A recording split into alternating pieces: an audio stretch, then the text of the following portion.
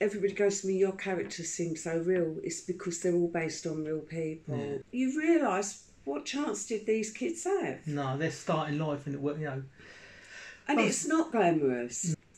What, 30 years I've said I never committed the murder. Yeah. You can be a money launderer. I can't say that. You can't say that. I used to get proposed to by Charlie Bronson every 3 or 4 months.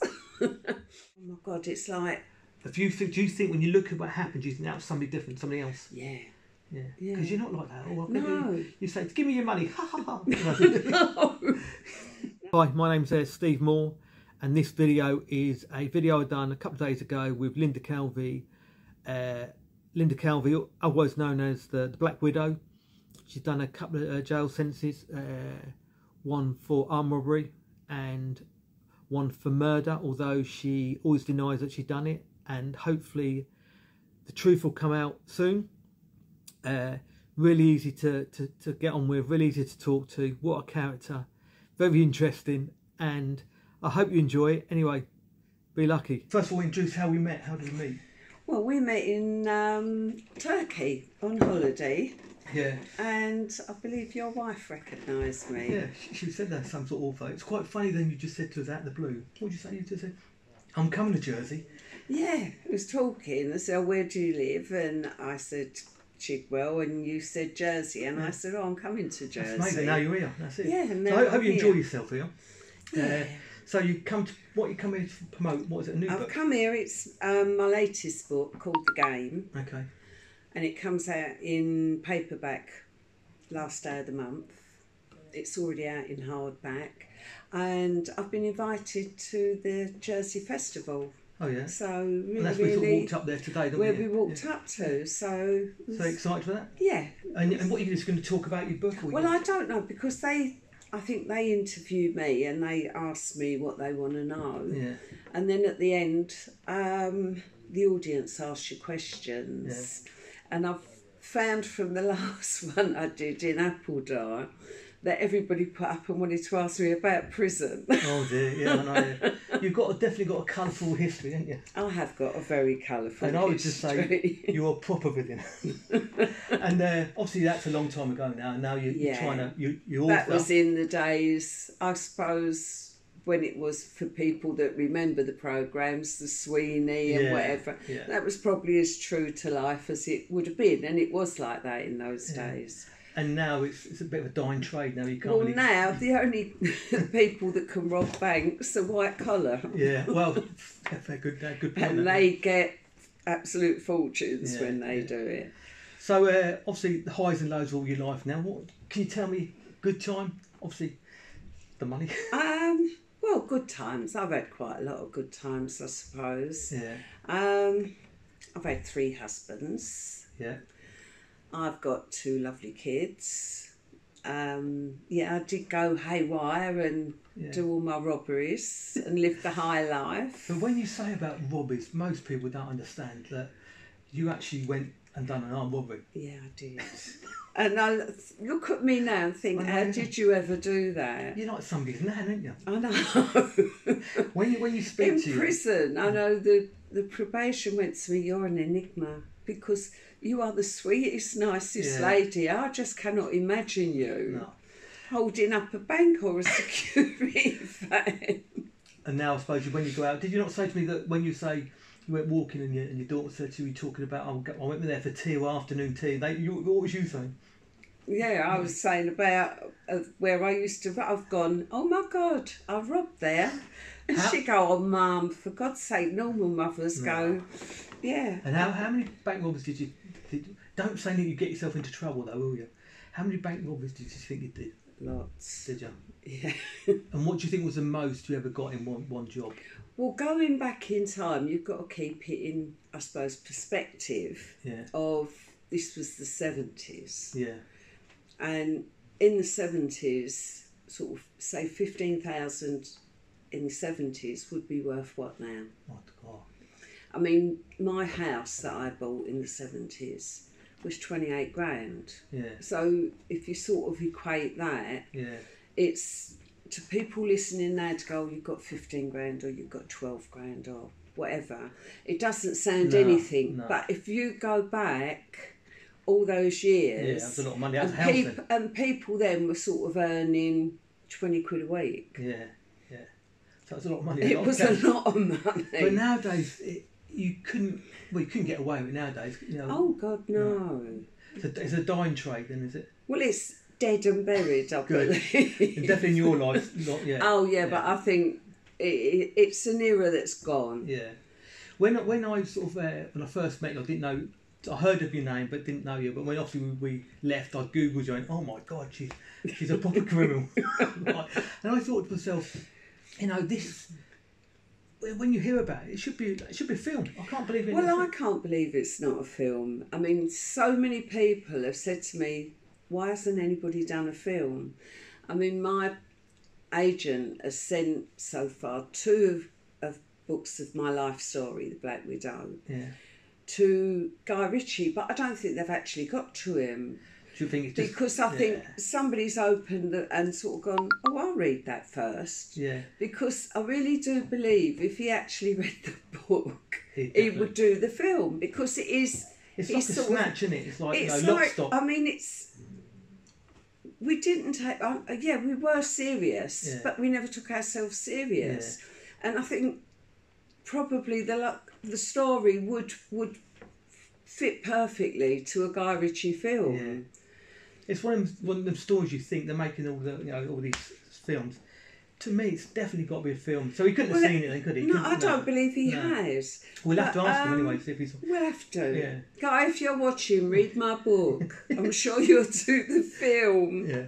And let's say, what would you say for any, criminals and what would you try and sort of encourage now? Do you mean try and educate them and help them? Because you must see them over the years coming in and out, in and out. Oh, God, when I was in prison. I mean, to me, the biggest shock was I grew up in a normal family. Yeah. All my friends, my brothers and sisters, they were all honest people. Yeah.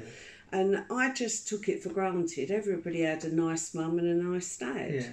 And you grew up in a normal home. When I went to Holloway, I was the rarity. Yeah. And you realise when you see these kids and you listen to their stories and you think they'd been raped by their dads or uncles, they had alcoholic parents, drug addict parents, or didn't even know their parents was, or the parents were split up and the mum's met someone else and threw the girl out at 15 and gone, no, he fancies you, you've got to go. And you think, it's terrible. And then you realise, what chance did these kids have? No, they're starting life and And it's not glamorous. No. It's not a glamorous life. And I would say 95% of people, crime doesn't pay. No. Because the majority of the people are the ones that do things, they're in, they're out, they're in, they're out. And when they say, I mean, when I went home to my own home. But a lot of these kids, they sort of go out, they go, I think they give them something like 40 quid and say, on your way, they haven't got anywhere to go. And then, they're going to be back in 2 weeks. And do you think more care should be taken for these people? There should be, especially the youngsters, that you feel like, give them a break, give them a chance. What sort of starting life they had and what they're going to go. Yeah, exactly. Yeah. Yeah, I understand that, and you can see that revolving door they go in and out. I mean, I've said I would quite happily go into prisons, especially for the young offenders and for women.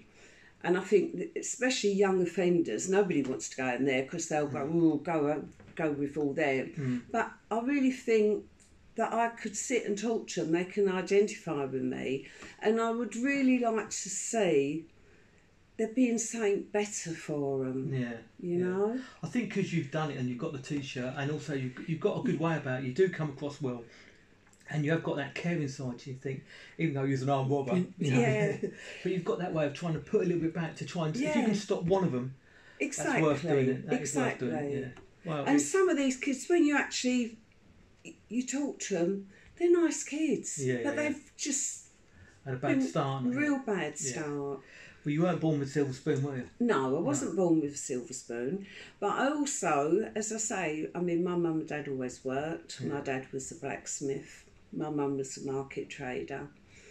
And we always had good food on the table. Yeah. Never used to get new clothes. There was too many of us. No. How many brothers and sisters have you got? I've got 3 brothers and 5 sisters. That's a big house, isn't it? Big family. Is it first up for best dressed, is it? Well, the eldest ones, I mean, I was the eldest girl, so I sort of felt quite lucky because I got the first lot and the stuff moved down.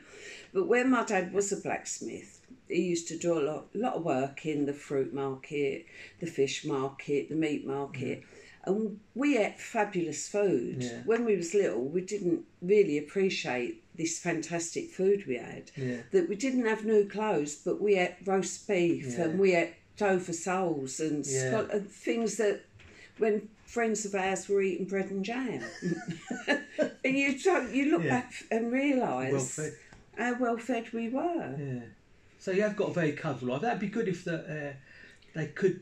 It's definitely got to be a film, isn't it? It's definitely. Well, everybody goes, why isn't it a film?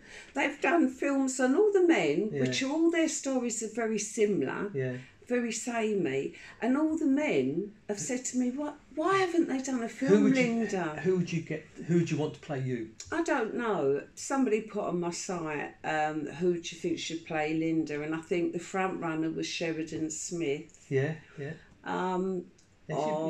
She's good. I can't. Is there a name's Rita who plays Ronnie or Roxy in EastEnders? Oh yeah. So I don't know. Well, that'd be good to find out. So wow, what a life you've had.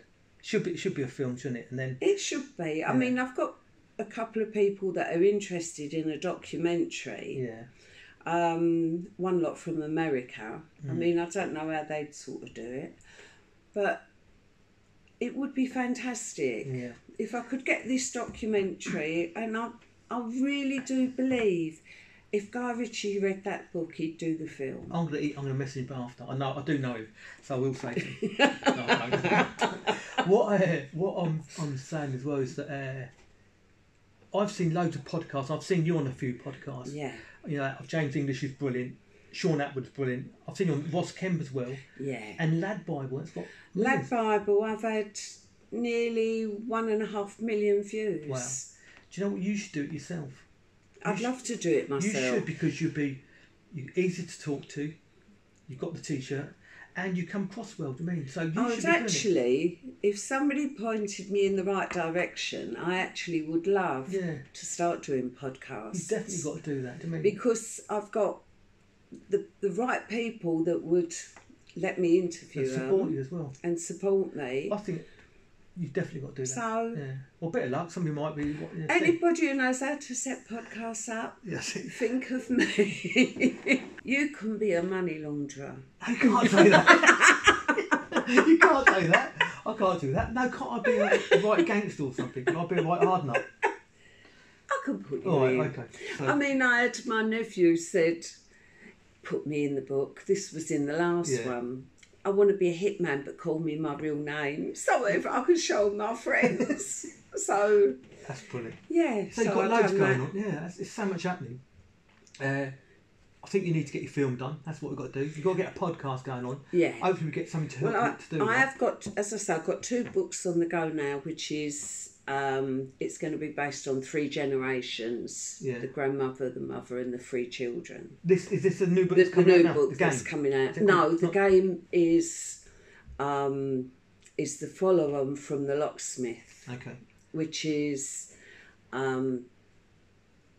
they're professional criminals, but they started off not being professionals. Yeah. Through adversity, they sort of dipped their foot and they've jumped in full blast. And how do you get the inspiration? Is it from personal life? Yes, it is actually. And then you just elaborate on it. I mean, as I said, in the game, everybody goes to me, your characters seem so real. It's because they're all based on real people. Yeah. It's like, say, Steve, if, as you said, put me in your book. Yeah, well, obviously you're not a gangster, but I would put you in. You'd be a gangster. Yes, I want to be a gangster. And I'd build you around this role. But my actual people who I describe are real people. Yeah. And that is why I think they come alive so well. Yeah, it's good. They all, I've seen some of the write-ups and they're saying it's a really believable, true story. Well, something is true story, but like believable characters. Yeah. You get that. And the things I write about, I do know about. Yeah. So I know they're accurate, Yeah. the things I write about. You don't put anything in there that might incriminate somebody, do you? No. No. It's all gone by now. Of course not. So you were saying that the bank robbing is a dying trade. Well, it's gone. It's gone. Dead and buried. You couldn't do it now, could you? Of course you couldn't. You've got like all that seafood. All the CCTV. Yeah. And your phone and all sorts Oh, of no. things. And the days are gone when you could walk into a car showroom and just say, I want that car, and tip the money on the desk. You can't have any money now. I'll go in and I know I used to, I mean, I've got a penny on me, I don't carry cash at all. No, I Just love use my cash. card. Good old cash. Well, that's another thing, cash is I like... think it's going. Yeah, it is, yeah. Which is... I haven't got any cash, well I'm skint anyway, but I haven't got any cash. I don't use cash, I just use card. Yeah. But years ago you used to trade, didn't you? Trading, whatever you're trading, you need to trade with cash. Yeah. Cash is king. Yeah. So hopefully we're going to take you out and show you around tomorrow. Yes. We'll hopefully enjoy it. Hope you have a great day tomorrow. We'll come up there to see you. Yeah. And anything else you want to say? Oh, tell me a secret. Give me a secret that nobody knows. Tell me a secret. I can't. I'd end up back in prison. If I told you a secret nobody knows. Oh, like a little thing that nobody else knows. You must have a little one. No, I can't. All right, don't incriminate. And nowadays, what you're nan? I'm a nan. Yeah. Obviously a mum. Yeah. And I just love spending time with my family. Yeah. I go out with my sisters a lot. We're all still really close, and they all stood by me. And I have done another podcast with James English. Yeah. Which hasn't come out yet. Okay. It's a set of... There's 6 in the series. Yeah. I'm going to be the first one. Okay. And it was to do a lie detector. And it's the latest one from America, where it's done in your eyes. So they say it's 99.5% accurate. Yeah. You can't trick this machine. And I did this, and I'm not supposed to say the answer because the programme hasn't come out yet. All I will say is I can't wait for it to come out. When do you think and draw your own conclusions. When do you think it'll be? He's got 2 more to complete, and then he's going to do the series out. That James English is flying, isn't he? He's really good. He's doing loads of stuff. Yeah. I watch all his stuff. Well, I watch all the crime stuff. Yeah. So that you've got a lie detector. You can't tell us what happens. Well, other than I can't wait for you to all see it. Okay. Because for the last 30 years, I've said I never committed the murder. Yeah. So. And they'll say, okay, we can't say, but no, let's you can guess. You can guess. So when you was in jail, then you got sentenced, and then they added more onto it. Yes. Just tell us how that happened, and then just say, if you said you did it, you'd have been out years. Oh, I'd have been out years before. So how did it happen? They sentenced you to something. You got 7 years, was it? I was charged with murder, and then before my trial, they changed it to gangland murder. That's worse. And I said, what's the difference? And they went 21 years up. Wow. And I went, what? And they said, Linda, we know you didn't do it. You're going to be fine. Well, no, I wasn't fine because for some reason when the jury listened to the, what are they called? The forensics. Yeah. And they said the only way she could have committed this murder was if she had 8-foot-long arms. Yeah. I mean... Were they not listening to this? Didn't you tell me something about that? You had like a forensic or something done on after, and then they all changed it around. They lost it, didn't on they? the day it happened. Yeah. No, they hid it. They never lost it. They hid it and denied it. And on the actual day that it happened, they did forensic tests on me. Yeah. And they did it as I was a witness to eliminate me. And they did eliminate me. The test come back negative. Yeah. But 2 days later, the head of the murder squad come round and said, "You didn't tell us you were Linda Calvey." I said, "Yes, I did. It's on my statement. You didn't tell us you were Linda Calvey, who was married to Nicky Calvey, the arm robber, blah, blah, blah." So I said, "But what difference does it make?" "Oh, the difference in the world. You're our suspect. We're going to charge you with murder." I said, "But you eliminated me. You know I didn't do it." He said, "Did we? And how did we do that then?" And they hid the evidence that proved I didn't commit this murder. And could that be in a box somewhere? Could it be stashed away somewhere hidden? Well, it is somewhere. What about the person my kids go to me, "Mum, you're mad." No, if nobody's going to come and tell you now they was there and they know that happened. Yeah. No, yeah. But maybe they're all retired now. You don't know. No. Maybe one day might turn around and go, "Do you know what? She did all those years and she never committed that crime." No. So if you'd have said, you're in jail. I mean, the judge, when the jury came back, the judge put his arms out like this and went, "I'm sorry. There's nothing I can do. All I can do is refer you to the full Court of Appeal." Yeah. He said, "Do you understand what that means? I'm doing this in front of this jury." I said, "No." But apparently this was only the second time in English written history that a judge has ever done that. So he knew I shouldn't have got a guilty. No. And he sentenced me to 7 years, which was 14 years lower than the minimum he should have given for gangland. So he knew that I shouldn't have got that sentence.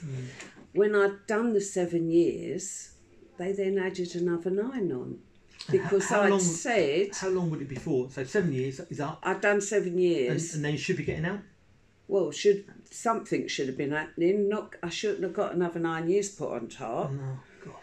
How do you deal with that? How do you deal with You haven't got a choice. No. There's nothing you can do. And I bet you met a few characters in there? Oh, loads. Yeah. I used to get proposed to by Charlie Bronson every 3 or 4 months. He's hoping he's going to come out soon, isn't he? I hope he should so. come out, shouldn't he? I hope so. Yeah. I don't know, because I've heard whether it's true, because there's always rumours, that he attacked and badly hurt the person who killed Lee Rigby. I don't know. Oh. And if that's the truth, I hope he did. But then I feel like, well, I hope he didn't, because he won't get out. No, he wants to get, Well, God. But I don't know, because you hear rumours, don't you? And did you say that one of the Crays proposed to you? Twice, Reg. These are like your heroes, aren't they? You think, yeah. What was he like then? He was really soft-spoken and gentlemanly. Yeah. I mean, there's probably a lot of blokes that go, "Are you for real?" But actually, to women, he really was. He's old school, isn't he? Old school. That's yeah. So, what? Anything else you want to tell? Do you want to say anything else? No, just Guy Ritchie. Read my book. Yeah. You think about if they do read the book and read your story, even just doing your story. It'd be brilliant. Well, everybody says to me, "Lynn, we can't believe it." No. They keep doing. Every other person going. Yeah. Yours is the most interesting story and the most unique out of all of us. A woman. And nobody's picked it up and gone, "We've got to do this." So when you were done the armed robbery, where were you? Where'd you go in? You was like, were you a driver? I was a driver. All the time? No. And then I took over. I become the boss. So how did you? So your first husband, Mickey, he was an armed robber. Yeah. Right. So you were born into that society. He died tragically in a robbery. Yeah. And then you took over. So you would go and organise it. Yeah. I did Everything. all of it. Yeah.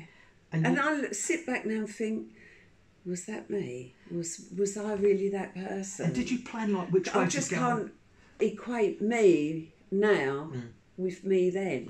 I know, because you're like somebody's, like I said before, you're like somebody's nan. Because I know somebody said, she always laughs when she talks about the robberies. Yeah. And I think I laugh because it just doesn't seem real. No. I don't laugh because of being flippant. Yeah.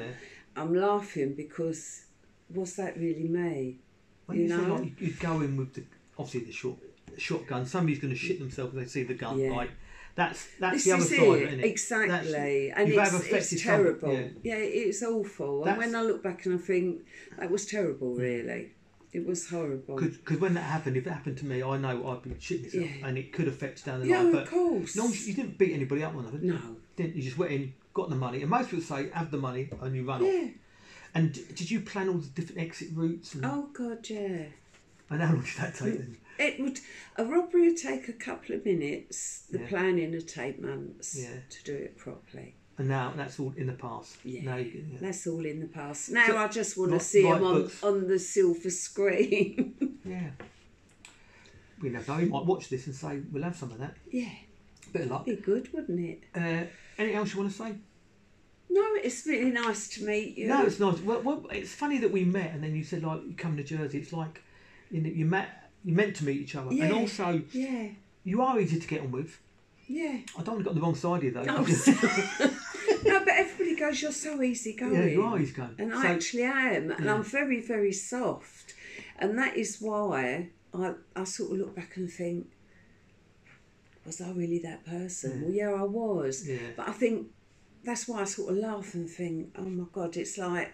Do you think when you look at what happened, do you think that was somebody different, somebody else? Yeah. Yeah, because you're not like that. Oh, no. You say, give me your money. Ha ha ha. No, I am. I really am a softie. I think so. And I'd say good luck to you. Carrying your writing. You tell me you write by hand.